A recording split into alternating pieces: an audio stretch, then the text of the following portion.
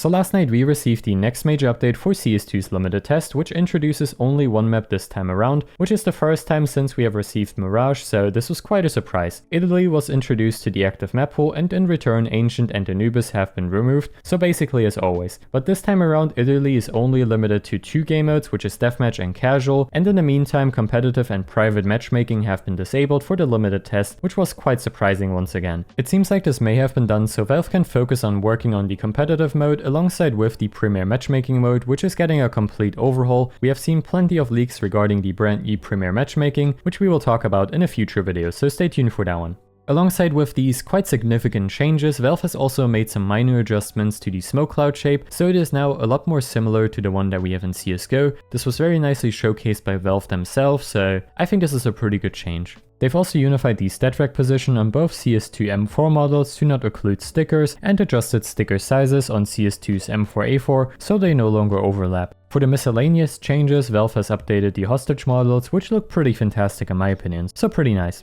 And last but not least, for the patch notes, we have received some sound changes, audio mix tweaks and adjustments, and for the workshop tools they've added support for multiple team introduction variants, which could be something like this, very nicely showcased by ale_CS. I think these look pretty cool. But this wasn't all. Alongside with all of these public patch notes, we have also received some, I guess, silent changes made by Valve. First things first, we have received this brand new crate at the T-spawn of Nuke, which is quite interesting, so you now are able to climb onto this truck, which previously wasn't possible. I'm not entirely sure why Valve has made this decision, but it's certainly quite interesting.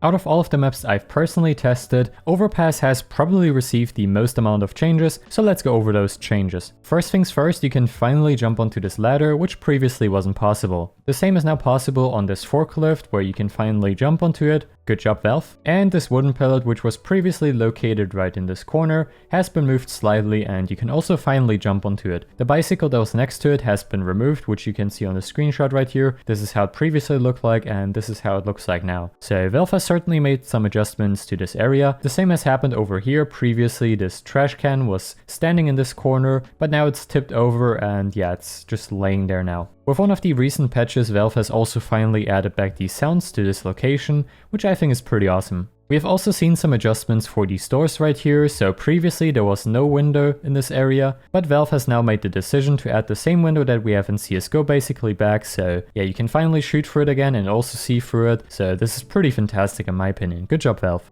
This sink is now jumpable.